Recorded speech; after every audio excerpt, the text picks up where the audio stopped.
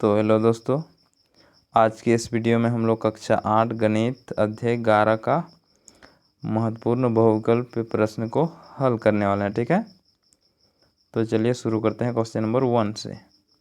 Question number 1 में कहा गया है, यदि किसी चतुर्भुज के तीनों कोनों में से प्रत्येक कोण 90 डिग्री के बराबर हो तो चौथी कोण क्या होगा। ठीक है, तो यहाँ देखिए चतुर्भुज है और इसमें प्रत्येक कोण जो 3 कोण है वो प्रत्येक कोण 90 डिग्री के बराबर है। तो हमें पूछा गया है आखिरी कोण जो लास्ट में है वो क्या होगा, मतलब वो किसके बराबर होगा।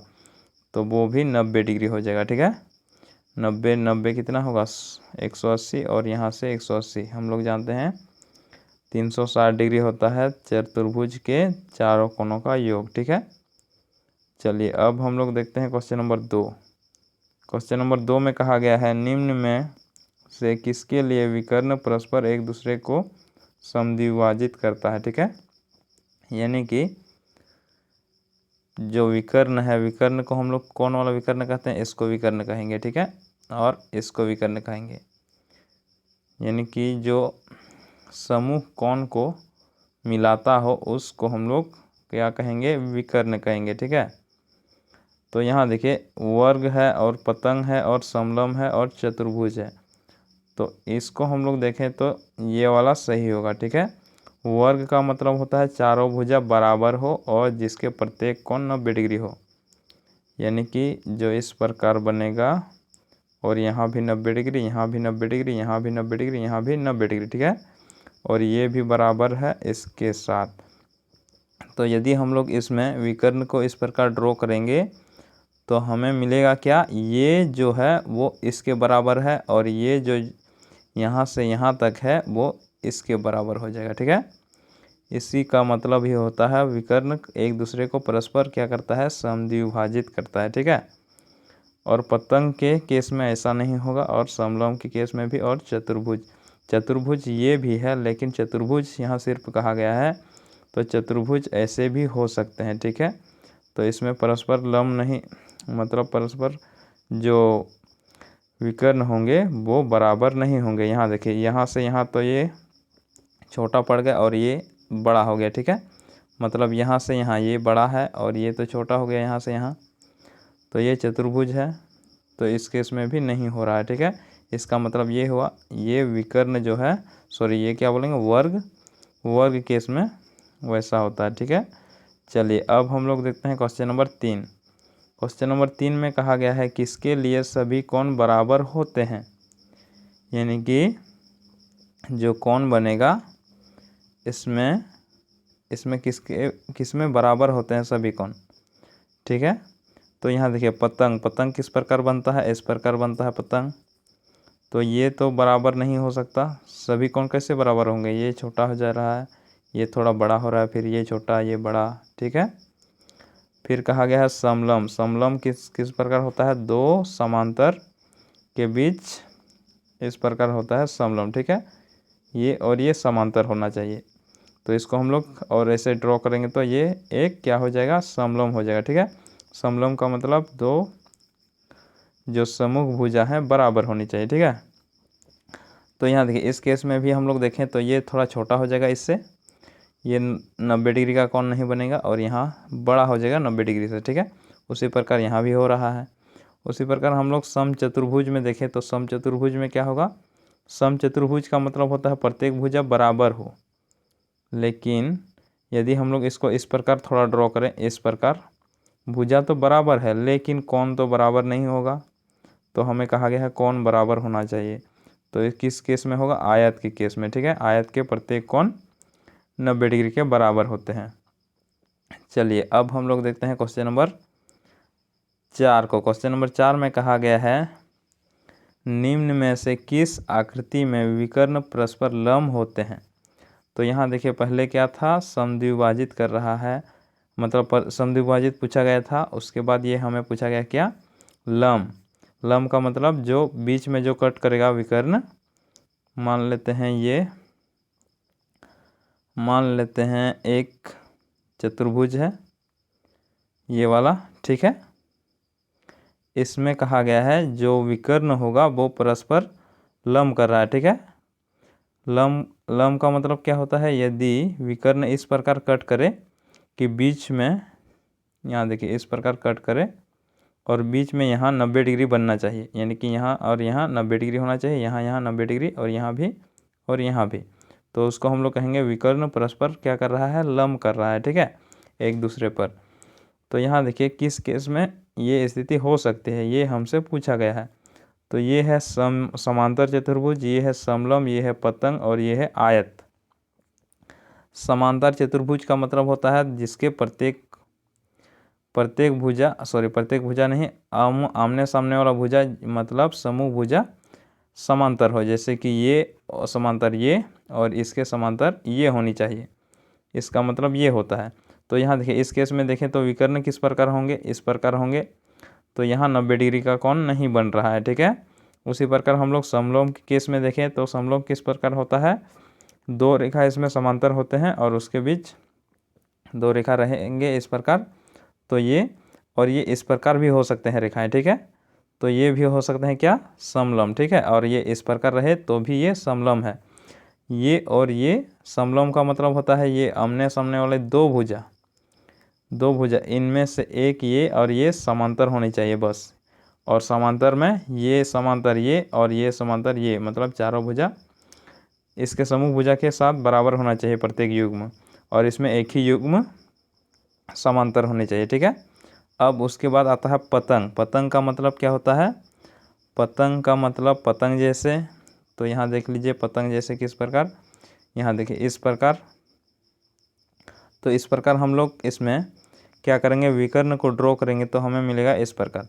तो यहाँ देखिए यहाँ क्या बन रहा है, 90 डिग्री बन रहा है, इसका मतलब ये वाला ऑप्शन सही होगा, ठीक है। इसका मतलब ये हुआ कि पतंग के केस में ये सही है, ठीक है। मतलब विकर्ण परस्पर लम होते हैं, किस में होते हैं, पतंग में, ठीक है। चलिए अब हम लोग देखते हैं क्वेश्चन नंबर 5 को। क्वेश्चन नंबर 5 में कहा गया है निम्न में से किस आकृति के लिए विकर्ण बराबर होते हैं, ठीक है। यहाँ कहा गया है क्या, विकर्ण बराबर होते हैं। तो यहाँ देखिए समलम, समचतुर्भुज और समांतर चतुर्भुज और आयत हमें दिया गया है। तो इसमें हम लोग देखें तो क्या होगा, समलम का मतलब दो समांतर भुजा, उसके बाद ये इस प्रकार भी हो सकता है या इस प्रकार भी हो सकता है, यहाँ इस प्रकार भी हो सकता है, ठीक है। तो यहाँ देखिए ये और ये समांतर होने चाहिए बस, और उसका इसके बाद यहाँ भी इस प्रकार भी हो सकता है और इस प्रकार। यदि हम लोग देखें तो इसमें क्या देखिए, यहाँ से यहाँ तक है ये विकर्ण और यहाँ से ये यहाँ तक है, तो यहाँ देखिए ये और ये दोनों विकर्ण परस्पर यहाँ कहा गया है बराबर होना चाहिए, ठीक है, एक दूसरे से बराबर होना चाहिए, लेकिन यहाँ तो ये लंबा हो रहा है, ये छोटा हो रहा है, ठीक है।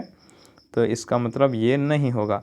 उसके बाद हम लोग आते हैं समचतुर्भुज। समचतुर्भुज का मतलब होता है जिसके प्रत्येक भुजा बराबर हो। तो यहाँ देखिए भुजा तो बराबर है लेकिन कोण बराबर होना जरूरी नहीं है, ठीक है, समचतुर्भुज में। तो यहाँ देखिए इसमें देखेंगे तो ये छोटा हो जाएगा और ये लंबा हो जाएगा, तो ये भी नहीं होगा। अब आते हैं समांतर चतुर्भुज के केस में। तो समांतर चतुर्भुज थोड़ा देख लेते हैं किस प्रकार होता है। समांतर चतुर्भुज का मतलब होता है जिसके प्रत्येक समूह भुजा बराबर समांतर हो, ठीक है। यानी कि इसके समूह भुजा ये है तो ये और ये समांतर होनी चाहिए, उसके बाद इसका समूह भुजा ये है तो ये और ये समांतर होने चाहिए, ठीक है। ये समांतर चतुर्भुज का परिभाषा है।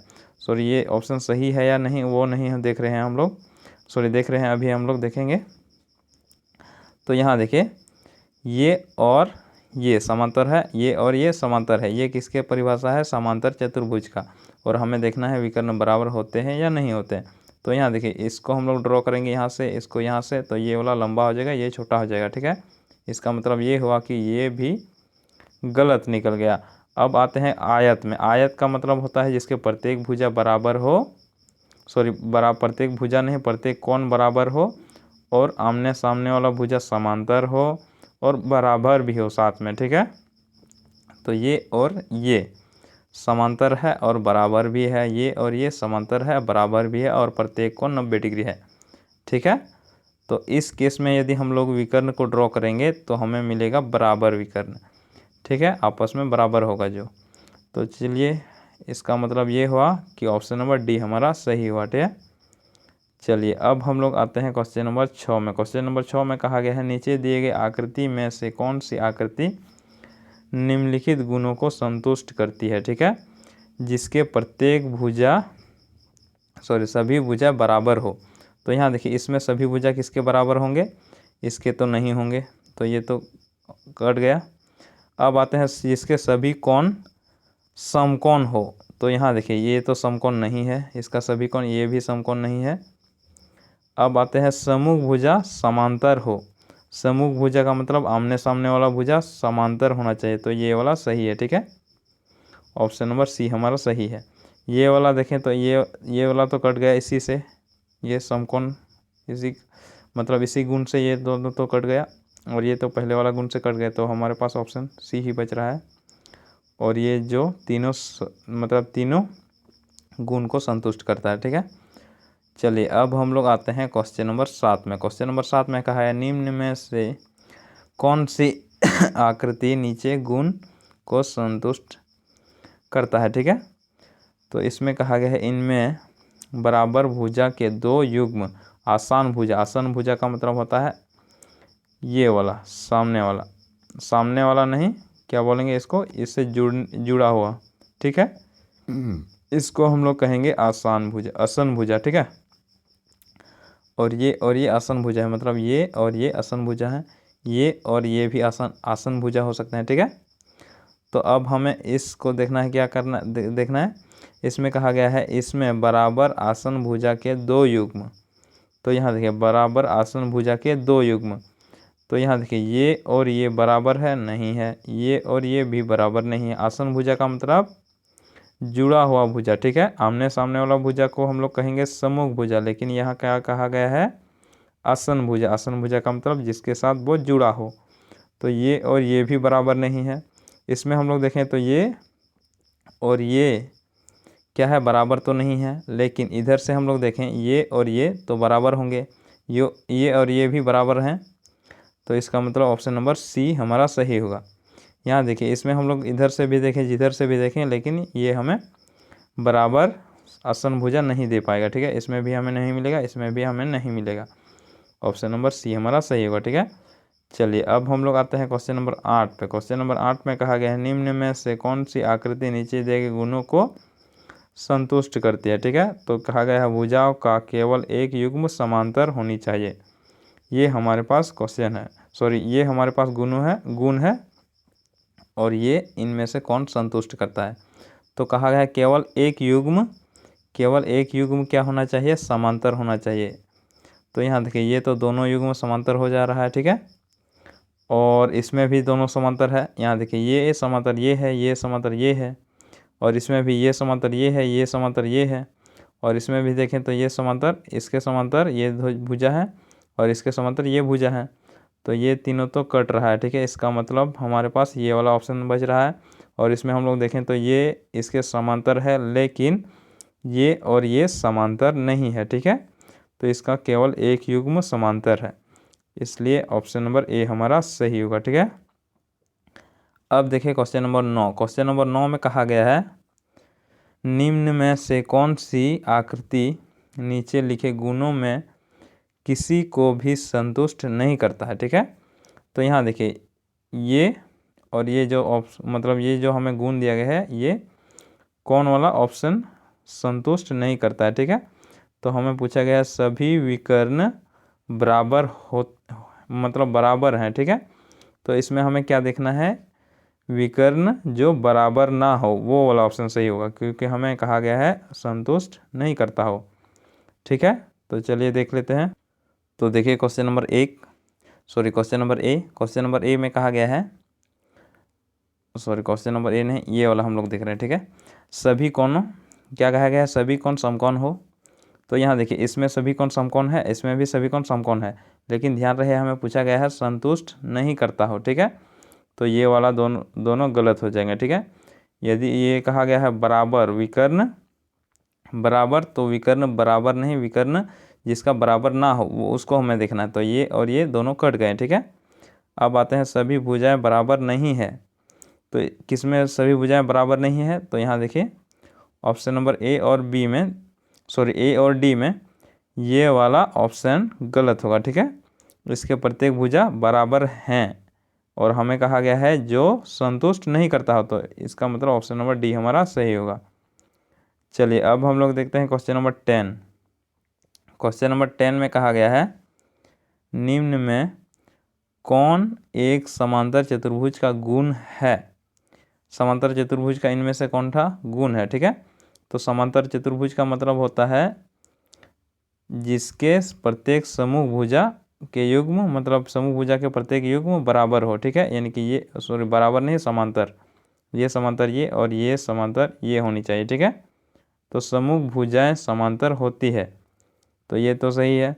विकर्ण परस्पर समकोण समद्विभाजित करता है, ये तो गलत, ये वाला नहीं होगा, यही वाला सही है। ठीक है, विकर्ण परस्पर लंब होता है, यानी कि यहाँ तो लंब नहीं हो सकता। यहाँ देखिए, यहाँ तो छोटा हो गया और ये बड़ा हो गया। विकर्ण परस्पर लंब नहीं होता है। सभी कोण बराबर होते हैं, ये भी नहीं है। सभी कोण कभी, मतलब यदि इस प्रकार रहे तो यहाँ देखिए, यहाँ कोण, ये वाला कोण और ये वाला कोण तो बराबर नहीं होंगे। इसका मतलब ऑप्शन नंबर ए हमारा सही होगा। ठीक है, चलिए अब हम लोग देखते हैं क्वेश्चन नंबर 11। क्वेश्चन नंबर 11 में कहा गया है एक चतुर्भुज में अधिक कोणों की अधिकतम संख्या। तो यहाँ देखिए अधिक कोणों की अधिकतम संख्या, अधिक कोण का मतलब क्या होता है, जो कोण 90 डिग्री से अधिक हो। ठीक है, 90 डिग्री से जो कोण अधिक होता है उसको हम लोग अधिक कोण कहेंगे। ठीक है, यानी कि इस प्रकार होगा। ठीक है, इस प्रकार, यानी कि x को हम लोग अधिक कोण कहेंगे यदि ये 90 से बड़ा हो। ठीक है, तो इस प्रकार हम लोग कह सकते हैं कि x एक अधिक कोण है। ठीक है, तो चतुर्भुज में 90 डिग्री से अधिक कोण कितने बन सकते हैं। ठीक है, तो यहाँ देखिए चतुर्भुज में 3 ऐसे कोण बन सकते हैं जो 90 डिग्री से अधिक हो सकते हैं। ठीक है, यदि 4 कोण तो नहीं बन सकते हैं, चूँकि 360 डिग्री ही कोण होता है। टोटल कोण का योग कितना होता है 360 डिग्री। यदि हम लोग इसको डिवाइड करेंगे 4 से तो हमें मिलेगा 90 और हमें कहा गया है अधिक कोण, तो हमें 90 मिल रहा है, 90 तो समकोण हो रहा है। ठीक है, तो कितना कोण हो सकता है 3। अधिकतम कितने कोण हो सकते हैं 3 ऐसे कोण हो सकते हैं जो अधिक कोण होते हैं। ठीक है, मतलब चतुर्भुज में अधिक कोण हो सकते हैं, तो हमारा ऑप्शन नंबर सी सही होगा। ठीक है, चलिए अब हम लोग आते हैं क्वेश्चन नंबर 12। क्वेश्चन नंबर 12 में कहा गया है किसी पंचभुज, पंचभुज मतलब जिसका भुजा 5 ठो हो। ठीक है, जैसे कि ये वाला देख लीजिए पंचभुज, पंचभुज को हम लोग कहेंगे, यहाँ देख लीजिए पंचभुज, ये वाला। ठीक है, इसको हम लोग कहेंगे पंचभुज, जिसके पर कितने भुजा हैं 5 भुज हैं। ठीक है, तो इसको हम लोग पंचभुज कहेंगे। तो ये देखिए ये वाला 1 2 3 4 5, तो इसमें कहा गया है कि इनमें सभी कोणों का योग, इसका योग, इसका योग, इसका योग कितने होंगे। तो यहाँ देखिए इस प्रकार हम लोग निकालेंगे, तो यहाँ देखिए इसको यदि इस प्रकार यहाँ से मिला दें और इसको यहाँ मिला दें, तो यहाँ देखिए ये एक त्रिभुज बन गया, ये एक त्रिभुज और ये एक त्रिभुज। कितना त्रिभुज बना 3 ठो त्रिभुज बना। अब हमें क्या करना है 3 को गुना कर देना है 180 से, चूँकि हम लोग क्या जानते हैं त्रिभुज के तीनों कोणों का योग 180 डिग्री होता है, और यहाँ क्या है 3 ठो त्रिभुज है, तो 3 से गुना कर देंगे तो कितना होगा 18 का 18, 18 तो नहीं 36, 18 तिया 54। ठीक है, 54 यानी कि 540 डिग्री। ऑप्शन नंबर सी हमारा सही होगा। ठीक है, चलिए अब हम लोग देखते हैं क्वेश्चन नंबर 13। क्वेश्चन नंबर 13 में कहा गया है षटकोण, किसी षटकोण के कोणों का योग कितने होते हैं। तो यहाँ देख लीजिए षटकोण किस प्रकार होते हैं, षटकोण। ठीक है, षटकोण देख लेते हैं कैसे होता है।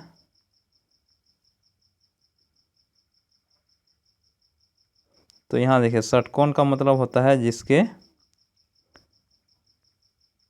6 भुजा हो। ठीक है, 6 भुजा वाले को हम लोग षटकोण कहेंगे। 1 2 3 4 5 6, और इसका हम लोग पूछा गया है सभी कोणों का योग। तो यहाँ देखिए इसका इन सबों का योग। तो यहाँ देखिए इसमें हम लोग किस प्रकार किए थे क्वेश्चन नंबर 12 में, उसी प्रकार हम लोग इसको भी सॉल्व करेंगे। यहाँ देखिए कितना त्रिभुज बना 1 2 3 4, इसका मतलब 180 को 4 से गुना कर देना है। तो 18 का 18 36 36 36 कितना होता है 72, ठीक है। और ये 0 है इसलिए 0, यानी कि 720 डिग्री होते हैं, ठीक है। चलिए, तो हमारे पास आया 720, यानी कि ऑप्शन नंबर डी, ठीक है। चलिए, अब हम लोग देखते हैं क्वेश्चन नंबर 14 को। क्वेश्चन नंबर 14 में कहा गया है षटभुज में कितने विकर्ण होते हैं, ठीक है। इसमें हमें कहा पूछा गया है विकर्ण, तो देख लीजिए विकर्ण कितने हो सकते हैं। चलिए विकर्ण को देख लेते हैं। तो पहले हम लोग क्या करते हैं, षटकोण को ड्रॉ कर लेते हैं एक बार। ये आ गया हमारे पास षटकोण, ठीक है। तो इसमें हम लोग विकर्ण ड्रॉ करने की कोशिश करेंगे। तो यहाँ देखिए कितने विकर्ण हो सकते हैं, ये हो जाएगा, सॉरी देख लीजिए यहाँ विकर्ण, यहाँ से यहाँ एक विकर्ण, इसको हम लोग एक मान लिए। यहाँ से यहाँ 2, यहाँ से यहाँ 3, ठीक है। उसके बाद हम लोग यहाँ से यहाँ ड्रॉ कर सकते हैं सीधा, तो ये आ जाएगा 4। उसके बाद यहाँ से यहाँ हम लोग ड्रॉ कर सकते हैं 5, और यहाँ से यहाँ हम लोग ड्रॉ कर सकते हैं 6। उसके बाद यहाँ से यहाँ हो गया, उसके बाद 6 हो गया। अब हम लोग इसको यहाँ से यहाँ 7, और एक ठो कहाँ छूट गया, 7 ठो ड्रॉ कर सकते हैं। ये वाला 1 2 3 4 5 6 7 8 9, ठीक है। तो कितने विकर्ण हो गए, 9, कुल 9 विकर्ण ड्रॉ कर सकते हैं, ठीक है। चलिए, अब हम लोग देखते हैं क्वेश्चन नंबर 15 को। क्वेश्चन नंबर 15 में कहा गया है यदि किसी समांतर चतुर्भुज की आसन भुजा बराबर हो तो वह समांतर चतुर्भुज होता है। मतलब वह समांतर चतुर्भुज किस प्रकार होता है, ठीक है।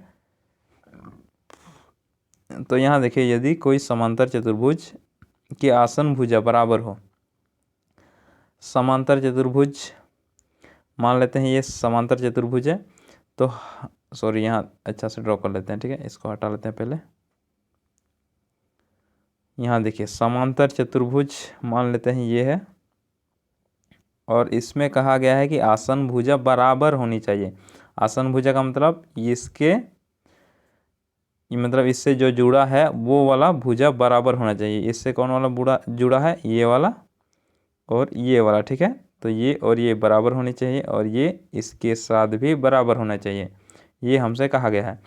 तो उस केस में वो जो समांतर चतुर्भुज होगा वो आयत होगा, समलंब होगा, या समचतुर्भुज या पतंग होगा। तो यहाँ देखिए उस केस में ये क्या होगा, समचतुर्भुज होगा, जो कि उस केस में क्या हो जाएगा, सभी भुजा बराबर हो जाएंगे। और हम लोग जानते हैं चतुर्भुज यानी कि समचतुर्भुज में सभी भुजा बराबर होते हैं, ठीक है। यानी कि ऑप्शन नंबर सी हमारा सही होगा। अब देख लीजिए क्वेश्चन नंबर 16। क्वेश्चन नंबर 16 में कहा गया है यदि किसी चतुर्भुज के विकर्ण बराबर हो तथा परस्पर समद्विभाजित करे तो वह होता है, यानी कि विकर्ण बराबर होनी चाहिए और आपस में समद्विभाजित करता हो, ठीक है, समद्विभाजित करता हो। चलिए ये वाला देख लेते हैं। समद्विभाजित का मतलब जो बीचों बीच मतलब कट कर रहा हो, ठीक है। तो वो किस केस में हो सकता है, यानी कि समचतुर्भुज के केस में, या आयत के, या समलंब, या चतुर्भुज समांतर चतुर्भुज के केस में हो सकते हैं। तो यहाँ देख लीजिए यदि चतुर्भुज समचतुर्भुज है तो समचतुर्भुज के केस में प्रत्येक भुजा बराबर होंगे, ठीक है। प्रत्येक भुजा क्या होंगे, बराबर होंगे। तो उस केस में ये तो विकर्ण कभी बराबर नहीं होंगे, मतलब कभी बराबर हो सकते हैं और कभी नहीं होंगे, ठीक है। यहाँ देखिए इस केस में तो बराबर नहीं हो रहा है विकर्ण, ये छोटा हो रहा है, ये बड़ा हो रहा है। और यदि हम लोग इस प्रकार ड्रॉ करेंगे, ये भी बराबर है सभी, यहाँ भी बराबर था, इसका मतलब ये भी समचतुर्भुज था, ये भी समचतुर्भुज है, और इसमें तो बराबर हो जाएगा विकर्ण, लेकिन इस केस में नहीं हो रहा। तो हम लोग क्या करेंगे, दोनों केस को देखेंगे, ठीक है। यानी कि इसमें भी बराबर होना चाहिए, तो ये बराबर नहीं हो रहा, इसका मतलब ये गलत हो गया, ठीक है। चलिए आयत के केस में हम लोग आते हैं। आयत का मतलब इस प्रकार होगा, और इसमें कहा गया है 2 विकर्ण बराबर होने चाहिए विकर्ण। तो यहाँ देखिए यहाँ तक तो ये सही है, बराबर हो रहा है। और परस्पर समद्विभाजित, तो यहाँ देखिए यहाँ ये वाला भी मतलब ये सही होगा, ठीक है। परस्पर समद्विभाजित का मतलब होता है जो बीचों बीच कट रहा हो, ठीक है, बीचों बीच कट कर रहा हो। तो यहाँ देखिए यहाँ और यहाँ ये वाला यहाँ से यहाँ तक और ये यहाँ से यहाँ तक बराबर होंगे, और यहाँ से यहाँ तक और यहाँ से यहाँ तक बराबर होंगे, ठीक है। इसका मतलब ये हुआ कि आयत क्या कर रहा है, ये विकर्ण मतलब ये जो गुण हमें दिया गया है ये संतुष्ट कर रहा है, ठीक है।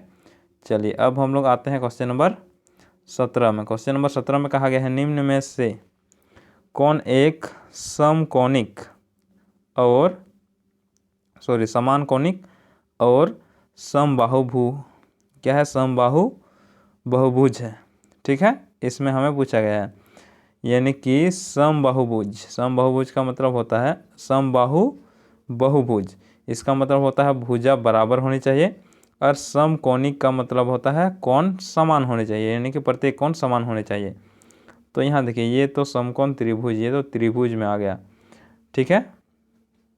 सॉरी त्रिभुज भी हो सकते हैं, यहाँ हमें चतुर्भुज या कोई खास हमें नहीं कहा गया चतुर्भुज यह होनी चाहिए, हमें सिर्फ कहा गया है बहुभुज होनी चाहिए। बहुभुज मतलब 3 से अधिक भुजा वाला, ये भी हो सकता है, ठीक है।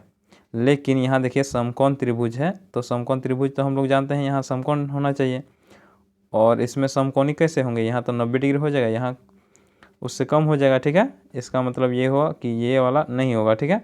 अब आते हैं समचतुर्भुज के केस में। समचतुर्भुज के केस में भी यदि इस प्रकार का समचतुर्भुज है तो इसमें यहाँ देखिए ये और ये तो बराबर होंगे। समान कोणिक का मतलब होता है जो प्रत्येक कोण समान हो, ठीक है। तो ये और ये तो समकोण मतलब समान होंगे, लेकिन ये और ये समान नहीं होंगे, मतलब ये और ये आपस में समान नहीं होंगे, तो ये भी गलत है। अब आते हैं आयत के केस में। आयत के केस में ये हमें कहा गया है समकोणिक हुआ मतलब प्रत्येक कोण बराबर 90 डिग्री, ठीक है। तो यहाँ देखिए इसके बराबर 90 डिग्री तो हो रहा है, ठीक है, मतलब ये चारों कोण 90 डिग्री तो हो रहे हैं, लेकिन यहाँ कहा गया है समबाहु का मतलब ये इसके प्रत्येक भुजा बराबर होनी चाहिए। और हम लोग जानते हैं आयत में सिर्फ लंबाई मतलब लंबाई के साथ मतलब बराबर होता है, चौड़ाई ये दोनों बराबर होते हैं, ठीक है, ये आपस में बराबर नहीं होते हैं। तो यहाँ देखिए वर्ग के केस में हम लोग देखें तो ये हमें मिल रहा है, क्या मिल रहा है, समकोणिक भी मिल रहा है और समबाहु भी, ठीक है, यानी कि प्रत्येक भुजा बराबर है। अब आते हैं क्वेश्चन नंबर 18। क्वेश्चन नंबर 18 में कहा गया है निम्न में किस में पतंग और समांतर चतुर्भुज के सभी गुण हैं। तो यहाँ देखिए पतंग और समांतर चतुर्भुज के सभी गुण किस में होते हैं, ठीक है। तो यहाँ देखिए पतंग में क्या होता है, पतंग इस प्रकार होते हैं, ठीक है। इसका एक गुण है क्या है, ये हमेशा लंब मतलब इसके विकर्ण लंब समद्विभाजित होते हैं, ठीक है। लंब मतलब लंब करते हैं, यहाँ लंब का मतलब 90 डिग्री, ठीक है, यहाँ लंब बनाते हैं और ये समद्विभाजित करते हैं इसके विकर्ण को, ठीक है। ये क्या है, इसका गुण है। अब आते हैं समांतर चतुर्भुज के गुण में।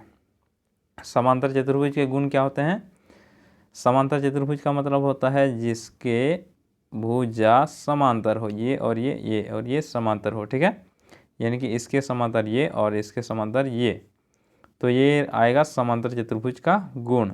अब इसमें कहा गया है ये दोनों गुण इसमें है, मतलब किस में है, समलंब में है या चतुर्भुज में, समचतुर्भुज में, आयत में या समांतर चतुर्भुज में, कि क्या क्या गुण हुआ, यहाँ 90 डिग्री होना चाहिए, उसके बाद इसमें परस्पर लंब होनी चाहिए, मतलब यहाँ से परस्पर लंब होनी चाहिए और यहाँ से चारों भुजा समांतर होनी चाहिए, ये हमें देखना है, ठीक है। तो समलंब में देखें तो समलंब में क्या होता है, दो ही भुजा समांतर होते हैं, तो ये इसका गुण संतुष्ट नहीं हो रहा है यहाँ, इसका मतलब ये गलत है। आयत को देख लेते हैं, आयत में देखेंगे तो ये और ये, ठीक है, इसका मतलब ये ये चौड़ाई है और ये चौड़ाई है, ये लंबाई, ठीक है। इसमें कहा गया है ये 90 डिग्री होता है, ये 90 डिग्री, ये 90 डिग्री, ये 90 डिग्री। अब हमें इसमें विकर्ण को मिलाना है। विकर्ण को यदि हम लोग मिलाते हैं ये तो संतुष्ट कर रहा है, चूँकि ये समांतर ये है, मतलब इसके समांतर ये है और इसके समांतर ये है, इसका मतलब इसका गुण संतुष्ट हो रहा है। लेकिन इसका गुण देख लेते हैं, इसका गुण क्या है। इसका गुण कह रहा है कि ये लंब समद्विभाजिक होना चाहिए, क्या, विकर्ण। यानी कि विकर्ण में यदि कट करेंगे विकर्ण के साथ तो यहाँ 90 डिग्री होनी चाहिए। तो यहाँ देखिए, यहाँ हम लोग देखें तो ये छोटा हो रहा है 90 डिग्री से, ये बड़ा हो रहा है 90 डिग्री से। इसका मतलब ये समांतर चतुर्भुज का गुण तो संतुष्ट कर रहा है लेकिन पतंग का गुण संतुष्ट नहीं कर रहा है, इसका मतलब ये गलत हो जाएगा। अब आते हैं समांतर चतुर्भुज। समांतर चतुर्भुज में भी सेम वही हो जाएगा। यहाँ देखिए, ये तो संतुष्ट कर देगा, यानी कि समांतर चतुर्भुज ही है तो समांतर चतुर्भुज का गुण तो संतुष्ट ही होगा। अब देख लेते हैं पतंग का। पतंग का मतलब होता है, पतंग का मतलब जो समद्विभाजित करता हो और लंब समद्विभाजित होने चाहिए, यानी कि यहाँ लंब होना चाहिए, ठीक है। समद्विभाजित ना हो लेकिन यहाँ लंब होनी चाहिए। ये किसके केस में है, पतंग के केस में, ठीक है। तो यहाँ लंब तो नहीं बनेगा इसमें, यदि हम लोग विकर्ण को ड्रॉ करेंगे तो यहाँ लंब नहीं बनेगा, तो इसका मतलब ये भी संतुष्ट नहीं कर रहा है। अब देख लेते हैं चतुर्भुज, समचतुर्भुज। समचतुर्भुज का मतलब क्या हुआ, जिसके प्रत्येक भुजा बराबर हो, ठीक है। तो उस केस में हम लोग देखें तो ये हो जाएगा, ठीक है। मतलब इस केस में समचतुर्भुज के केस में हम लोग देखें तो ये प्रत्येक भुजा बराबर है, या इस प्रकार भी हो सकता है, इस प्रकार बराबर है, ठीक है, इस प्रकार भी हो सकता है। तो इसमें हम लोग देखें तो ये इसके समांतर है, ये और ये इसके समांतर है, ये इसके समांतर, ये इसके समांतर। इसका मतलब समांतर चतुर्भुज के सभी गुण संतुष्ट हुए, ठीक है। अब आते हैं पतंग के गुण, देख लेते हैं। पतंग का गुण क्या कहता है, यहाँ लंब होनी चाहिए, ठीक है। तो यहाँ लंब हो जाएगा, यदि ये और ये बराबर ये है तो यहाँ तो क्या बनेगा, लंब ही बनेगा। उसके बाद यहाँ भी लंब बनेगा और उसी प्रकार यहाँ भी क्या होगा, यहाँ लंब हो जाएगा, ठीक है, यानी कि 90 डिग्री हो जाएगा। तो इसका मतलब ये हुआ कि ये दोनों गुण को संतुष्ट करता है, ठीक है। चलिए अब हम लोग आते हैं क्वेश्चन नंबर 19। क्वेश्चन नंबर 19 में कहा गया है किसी चतुर्भुज के कोण इस अनुपात में है, ठीक है, 1:2:3:4। तो इसको हमें सबसे छोटा कोण को ज्ञात करना है, ठीक है। तो इस अनुपात को हम लोग यदि जोड़ेंगे 1x + 2x + 3x + 4x, तो यहाँ देखिए 3 और 4 कितना हुआ, 7, 7 और 3 10x = कितना होता है, 360 डिग्री। और x का मान हम लोग निकालेंगे तो 36 डिग्री, ठीक है। यानी कि इसका मतलब ये हुआ कि x = 36 हुआ तो हम लोग गुना करेंगे ये 36 डिग्री और ये 36 दुगुनी 72 होता है, और ये 36 को 3 से गुना करने पर मिलेगा और ये 36 को 4 से गुना करने पर हमें मिलेगा।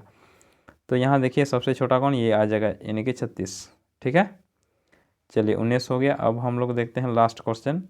ये हमारा लास्ट क्वेश्चन है, ठीक है। इसमें कहा गया है निम्न में से कौन सी चतुर्भुज के अंतःकोणों कौन हो सकता है, मतलब इनमें से कौन वाला अंतःकोण हो सकते हैं किसके, चतुर्भुज के। तो हम लोग जानते हैं 360 डिग्री से अधिक या कम नहीं होनी चाहिए। यदि 360 डिग्री के बराबर होगा सभी को ऐड करके तो हम लोग मान लेंगे कि ये चतुर्भुज के अंतःकोण का योग हो सकते हैं, ठीक है, मतलब चतुर्भुज हो सकते हैं। तो यहाँ देखिए, यहाँ से 140 और यहाँ से 120, यहाँ से 160, 100 यहाँ से आ जाएगा 160 और 120, और यहाँ से ये तो अधिक हो रहा है तो ये नहीं होगा। अब इसको हम लोग जोड़ने की कोशिश करें तो यहाँ देखिए 50 और 50, 100, 200 और यहाँ है 200, तो ये तो गलत हो जाएगा। फिर यहाँ इसको हम लोग जोड़ेंगे तो यहाँ 40, 60 और 40 कितना हुआ, 100 और 100 और 90, 190, 190 और फिर 70, यानी कि 280 ही हो रहा है, ये तो कम हो रहा है, ये भी नहीं होगा। अब इसको हम लोग ऐड करके देख लेते हैं। यहाँ है 180 और 30 कितना हुआ, 210, 210 और 110, 320 और 320 और यहाँ है 40, यानी कि 360। तो ये वाला ऑप्शन हमारा सही होगा, ठीक है। तो चलिए आज के लेसन में इतना ही, फिर हम लोग मिलते हैं नेक्स्ट वीडियो में, ठीक है।